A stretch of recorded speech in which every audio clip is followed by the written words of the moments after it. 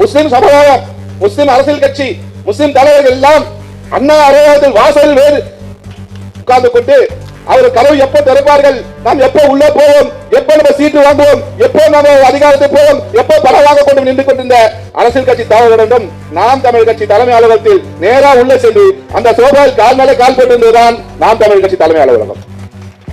நாம் தமிழ் கட்சி தலைவரை நாங்கள் சந்தித்து ஆதரவு கொடுத்தவுடனே அந்த தலைவர் சொன்ன ஒரே ஆதரவு வார்த்தை என்ன என்றால், கண்டிப்பா நீங்கள் எங்களுடைய ஒத்து நீங்கள் தேர்தல் பணி செய்யுங்கள், கண்டிப்பா நான் இருக்கிறேன் என்று சொல்லி திருப்பும் அந்த வார்த்தையை வாபஸ் வாங்கிக் கொண்டு முதல் உங்கள் அல்லாஹ் இருக்கிறான், அதுக்கு பின்னால் நான் இருக்கேன் சொன்னதுதான் நாம் தமிழர் கட்சியோட தலைவர் சகோதரர் சீமான்.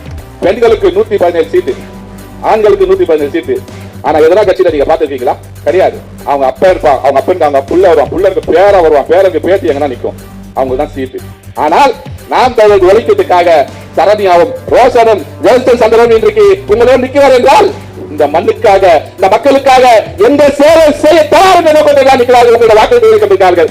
தலைவர் ஒரு விஷயம் சொல்றாரு, கூட்டத்தை நான் வீடியோல கேட்டிருக்கேன், நீங்க ஓட்டு போட்டா போடுங்க, போடாதீங்க போங்கடான்னு சொல்லுவாரு. ஏன்னா ஓட்டுக்கு பிச்சை கேட்கல, உரிமை கேட்கிறார். இந்த மக்களுக்காக போராடக்கூடிய குடும்பம் நாங்கள் இருக்கிறோம். இந்த மக்களுக்காக எந்த நேரத்தில் 24 நேரம் நாங்கள் சேவை செய்ய தயாராக இருக்கிறோம். நீங்க ஏன் எங்களுக்கு ஆட்சி அறியாது கட்ட நீங்க உட்கார வைக்க மாட்டோம் என்று உரிமை கேட்கிறார். தவிர உங்களுடைய பிச்சை கேட்கவில்லை. கொஞ்சம் சிந்திச்சு பாரு. இந்த வரக்கூடிய தேர்தல்ல நிறைய பேர் வராங்க, வாண்டு வாஜாத்தோட போலீஸ் பட்டாளத்தோட மிகப்பெரிய கூட்டத்தோட வருவாங்க. ஆனா நாம் தமிழர் அப்படி கிடையாது. 10 பேர் வருவான், 10,000 பேருக்கு சமம். 10,000 பேர் சமம்ன்றனா அவன் உண்மையா உழைக்கக்கூடிய வரக்கூடியவன் தான் அந்த நாம் தமிழர். வாழ்ந்தாலும் எங்க பள்ளிவாளர் சொல்வார், வாழ்ந்தாலும் ஒரு நாள் சிங்கமா வாழ்ந்து மரணிக்கிறான். பன்னியா வாழாதான், பன்னியா வாழா, பன்னி கூட்டமா வாழாத, சிங்கமாக நிற்கிறதா நாம் தமிழர் கட்சி. எங்கள் சமூகத்தில் எங்க மக்கள் இன்னைக்கு கல்வியில் பின்தாங்கி இருக்கிறார்கள். முஸ்லிம்கள் யார் எத்தனை ஐபிஎஸ் இருக்கா சொல்லுங்க, எத்தனை ஐஎஸ் இருக்கா சொல்லுங்க, எத்தனை நீதிபதி இருக்கா சொல்லுங்க, எத்தனை மருத்துவர் இருக்கா சொல்லுங்க, எத்தனை வழக்கறிஞர் இருக்கா சொல்லுங்க, கிடையாது. ஆனா முஸ்லீம் கேட்டா எதாவது பாய் கடை போனா பிரியாணி பாய் மாஸ்டர் பிரியாணி பாய் விடாட பிரியாணி மாஸ்டர் ஃபர்ஸ்ட் பிரியாணி வாங்க, 2வது கறி கடை, 3வது ஆட்டோ, 4வது வெளிநாடு போறது. இதுதான் முஸ்லீம் சமூகம் இன்னைக்கு அந்த காலகட்டத்தில் படிப்புல பின்தாங்கி இருக்கு. ஆனா என்ன சொல்றாங்க, நமக்கு இடஒதுக்கீடு இல்ல, நம்ம படிக்க முடியாது, கப்பானவாடி செருப்பு கட்டி அடிக்கிறாங்க. இடஒதுக்கீடு யாருடே? ஆண்ட சமூகம் தான்.